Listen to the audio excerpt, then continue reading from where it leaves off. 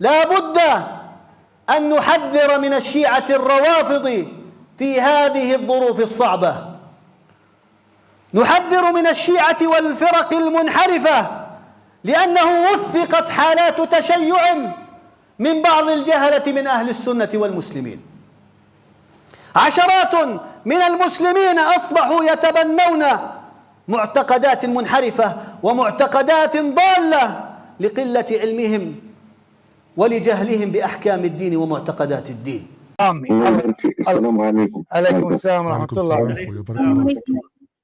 عليكم السلام ورحمة الله وبركاته. منو هذا؟ ايه زهراء من فلسطين. حياكم الله أختنا زهراء. بداية أود الإثراء على هذا البرنامج الله يحفظك وعلى ما تقدمونه من خدمة للناس.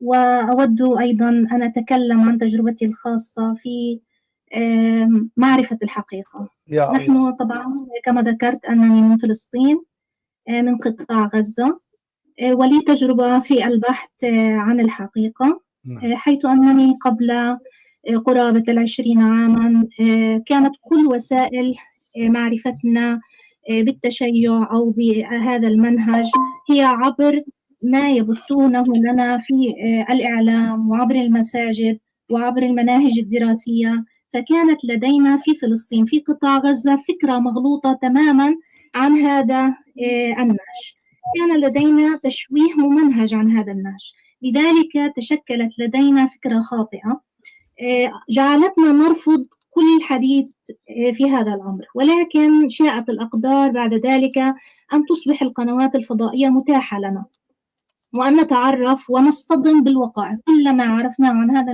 النهج صدمنا بعكسه. كنا نعرف مثلا أنهم لا يقدسون النبي، ولكن حينما كنا شاهدنا محاضرات ورأينا التقديس لسيدنا محمد صلى الله عليه وآله وسلم اصطدمنا بهذه الحقيقة وحقائق كثيرة أخرى.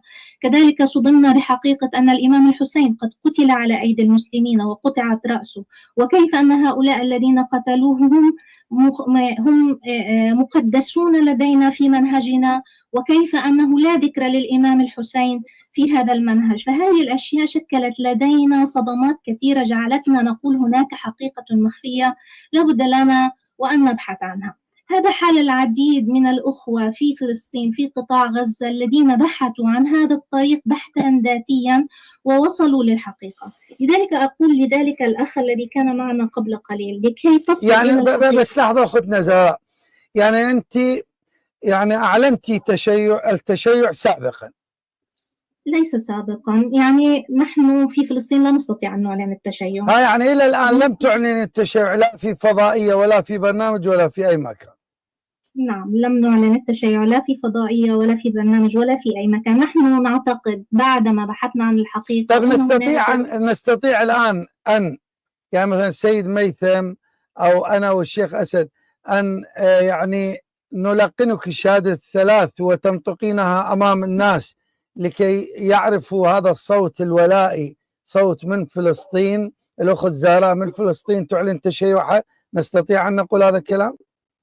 هلا أنا أعلنت تشيعي ذاتيا وليس أمام أحد. نعم. وأنا متعبدة بالمذهب الشيعي منذ سنوات. يا الله. وأنا وصلت للحقيقة ذاتيا وليس على أيدي أحد، من بحث مستمر استمر لسنوات طويلة، لدرجة أنني بعض الليالي لم أنم، لم أستطع النوم، لدرجة ما صدمت من الأشياء التي اكتشفتها، لدرجة أنني كنت أنا حقيقة معلمة وثم مديرة مدرسة. لا تعطين معلومات شخصية. المهم احنا أعطيك معلومة بأنني تركت هذه الأشياء ودرست علوم القرآن في جامعة شيعية حتى أتأكد من أن هذا ما حتى أتأكد من أن الدين الحقيقي هو ما في الكتب، أو أحصل على دين حقيقي من مصدره الرسمي وليس من التشويهات التي كنا نحصل عليها. معنى ذلك أنني تركت توجهاتي، ليس معلومات شخصية، وإنما ذهبت لتوجهات أخرى كي أصل إلى الحقيقة من منبعها وليس من الأماكن والمصادر الذين يقولون لنا بأن ما نسمعه هو تقية وما نراه هو ليس الحقيقة والحقيقة مخبأة. لذلك ذهبت إلى منبع الحقيقة كي أخذ العلوم من مصدرها وليس من الفضائيات كما يقولون. ومثل حالي هناك الكثير من الأخوة في قطاع غزة في فلسطين، وخصوصا بعد حرب قطاع غزة وما حصل معهم، وكيف أننا لاحظنا أن الأشخاص الذين يناصرون الآن هم ذواتهم أهل الحق والذين يسيرون على نهج الإمام الحسين فقط. من كان يسير على نهج الإمام الحسين هو من دعم قضيتنا، والبقية الباقون وكأن التاريخ يعيد نفسه. من والى الإمام الحسين لا زال يوالي الحق حتى هذه اللحظة، ومن عارضه لا زال يعارضه حتى اللحظة، وكأن السياسة والدين لا ينفصلان كما يريدوننا أن نفصلهما عن بعضهما البعض. وبأن أهل فلسطين بعد هذه الحرب كثير منهم من المفكرين سوف يتوجهون إلى هذا المنهج، وسوف يتوجهون، وكثير منهم فعلا بدأوا التوجه لدراسة علوم القرآن والدراسات الدينية والحوزات العلمية بعد حرب فلسطين والتأمل. لذلك من تجربتي الخاصة في هذا النهج فأنا أقول أن الإنسان لكي يكتشف الحقيقة لابد أن تتوفر فيه 3 عوامل. بداية لابد أن يكون مفكر، ثم متدين، ثم غير متعصب. إذا توفرت فيه هذه ال3 عناصر بالطبع سوف يصل إلى الحقيقة. إذا كان مفكر وغير متدين هو لن يبحث عن الحقيقة أصلا بحكم عدم تدينه. وإذا كان متدين ومفكر ولكن متعصب عصبيته سوف تعميه عن الحقيقة. لذلك الوصول للحقيقة ليس صعب، فقط لابد أن نبعد أنفسنا أو ننأى بأنفسنا عن التعصب، وأن نكون متدينين بالفطرة، ثم أن نكون مفكرين. هذه العوامل ال3 سوف تساعد أي إنسان للتعرف في حقيقته.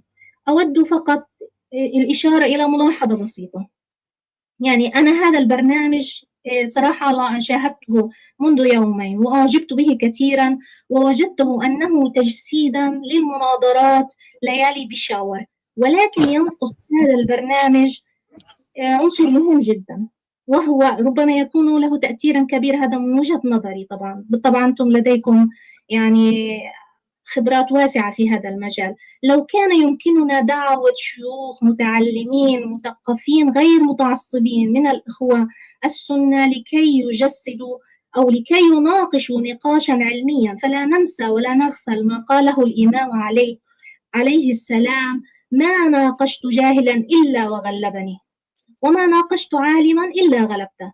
لو كانوا الفئة التي يتم نقاشها فئة فعلا غير متعصبة ومتعلمة بالطبع سوف يصلون إلى الحقيقة، وسوف يساعدون الناس على فهم دينهم الحق، وسوف يكتشفون أن ما جاء به عترة النبي صلى الله عليه وآله وسلم هو الحقيقة، وسوف يأخذون الدين من منبعه الصحيح. وهذه من تجربة خاصة قد مضينا فيها، وأنا كشخص كنت شخص متدين ومتعبد على المذهب السني سابقا، والآن متعبدة على المذهب الشيعي، أستطيع فهم الطرفين، وهذه من نعم الله علي أنني أستطيع فهم ما يقول هؤلاء وما يقول هؤلاء، مشاعر هذا ومشاعر ذاك.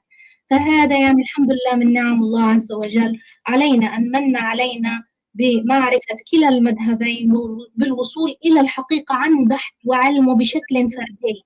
الحمد لله. الحمد لله رب العالمين. اخواني يبقوا معنا، سنتكلم مع الاخت الكريمه بعد قليل ونسالها ايضا عن التجارب، ونتيح المجال لباقي الاخوه والاخوات، الاخ ابو عاش والاخ ابو ودي بالسؤال للاخت الكريمه. ولكن كما تسمعون وكما سمعتم، هذا البرنامج يريد ان يزرع الاخوه بين كل الاطراف بالهدوء والعلم والكلمة الطيبة. نسأل الله تبارك وتعالى أن يوفق القائمين على هذه القناة. الشكر الكبير إلى الأخ المخرج في قناة الحجة الفضائية، أعطانا كم دقيقة زيادة. سوف نبقى نبث على قناة كلمات الفضائية وعلى مواقع التواصل الاجتماعي، لكن من شاشة الحجة الفضائية هذا ما يسمح به الوقت. نبقى ولكن من الحجة الفضائية أقول لكم أستودعكم الله، والسلام عليكم ورحمة الله وبركاته. طيب، الآن أولا جزاك الله خير الجزاء أختنا الكريمة على ما تفضلت. أرجو أن تبقي معي. حيا الله الأخ الحبيب أبو عبد الرحمن، وجدد الترحيب للأخ النووي وإلى حياكم الله شيخنا العزيز.